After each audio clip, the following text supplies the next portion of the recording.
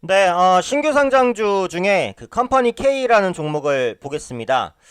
상장 이후에 이제 연이틀 급등하는 모습이 나오고 있는데요. 정식 명칭은 컴퍼니 K 파트너스입니다. 그래서 썸네일에도 써드린 대로 벤처 캐피탈 업체예요. 보통 이제 그 스타트업에 투자하거나, 그러니까 이제 막 그 형성되는 소자본의 창업 회사들 있잖아요.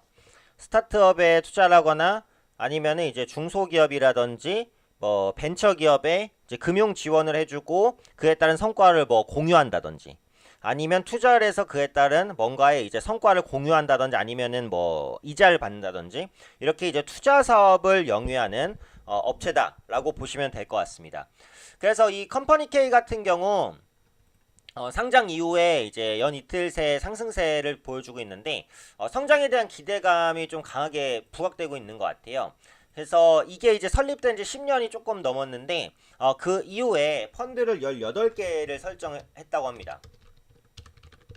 18개의 펀드를 설정해서 누적 운용 규모가 4천억 이상이라고 하고요. 그렇게 이제 작은 규모는 아니죠. 꽤 큰 규모죠.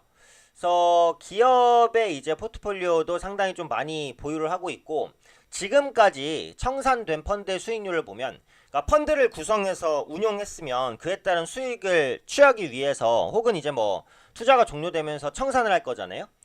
지금까지 이제 투자를 했다가 청산한 펀드의 수익률이 한 17% 정도 된다고 합니다. 17%면 상당히 높죠. 그리고 지금 이 벤처 캐피탈 업체들의 그 평균 청산 펀드 수익률이 한 10% 정도라고 그래요. 그러니까 그 수준은 한 7%포인트 정도 앞서가는 것이다라고 보시면 될 것 같고 이게 정기적으로 또 중소벤처기업부에서 창업투자회사에 대한 평가를 합니다. 그에 따라서 이제 A 플러스 평가 등급을 또 받았다고 해요. 그러니까 지금 수익을 좀 잘 내고 있고 기업의 이제 현황도 괜찮은 뭐 그런 회사다라고 보시면 될 것 같아요. 그래서 주로 이제 벤처 캐피탈사를 운영을 했을 때는 이제 초기 비중이 조금 높은 편인데 이 기업 역시도 초기에 투자를 좀 많이 하는 편이고 지속적으로 이제 그 투자한 뭐 기업이라든지 아니면은 뭔가 제품의 그런 가치를 좀 끌어올리려는 그런 전략을 취한다라고 합니다. 그리고 특히 이제 주목할 부분이 실적적인 측면에서 보면은 역시 이제 펀드가 청산될 때 수익률이 딱 시현이 되기 때문에 펀드가 언제 청산되고 청산되는 펀드의 수익률이 좋냐 이게 좀 중요해요. 근데 이 컴퍼니 K가 이제 그 투자한 부분 중에 우리가 이제 흔히 알만한 걸로 직방이 있습니다. 직방. 직방은 아시겠지만 이제 방을 구하는 그 모바일 애플리케이션이에요. 그래서 직방이 아마 지금 굉장히 이제 시장이 커진 걸로 이렇게 알고 있는데 뭐 원룸을 구하시든 아니면 전셋집을 구하든 뭐 월세집을 구하든 이제 직방을 통해서 많이 이제 방을 비교해보고 좀 그걸 통해서 이제 부동산에 연락을 해서 방을 구하고 이제 이러시는 분들이 많죠. 그러면 직방은 그에 따른 수수료를 수취하는 건데 이 컴퍼니 K 파트너스 방송 콘텐츠 전문 투자 조합이 이제 직방에도 투자를 했었고 또 그 뇌졸중 치료기기 업체인 네오팩트에도 투자를 했었어요. 그래서 이런 펀드들이 좀 청산이 되면서 배분 수익이 좀 발생할 것으로 보여지고 있어요. 그래서 이런 부분들이 실적에 긍정적인 영향을 줄 수 있을 것이다라고 이제 판단을 하고 있고요. 지금 정부의 정책 자체가 보시면은 스타트업이나 이제 벤처 기업을 지원해주는 쪽으로 정부가 형성이 돼 있잖아요. 정부의 정책 자체가 스타트업이나 벤처 기업을 이제 지원해주는 쪽으로 지금 이제 방향성이 잡혔잖아요. 문재인 정부가. 그래서 올해 3월에 그 제2 벤처본 확산 전략 이런 부분도 발표를 했었어요. 그래서 신규 벤처 투자 규모를 한 5조 원까지 끌어올리고 기업 가치가 높은 기업들을 많이 만들겠다라는 계획을 이제 좀 밝혔었던 상황이에요.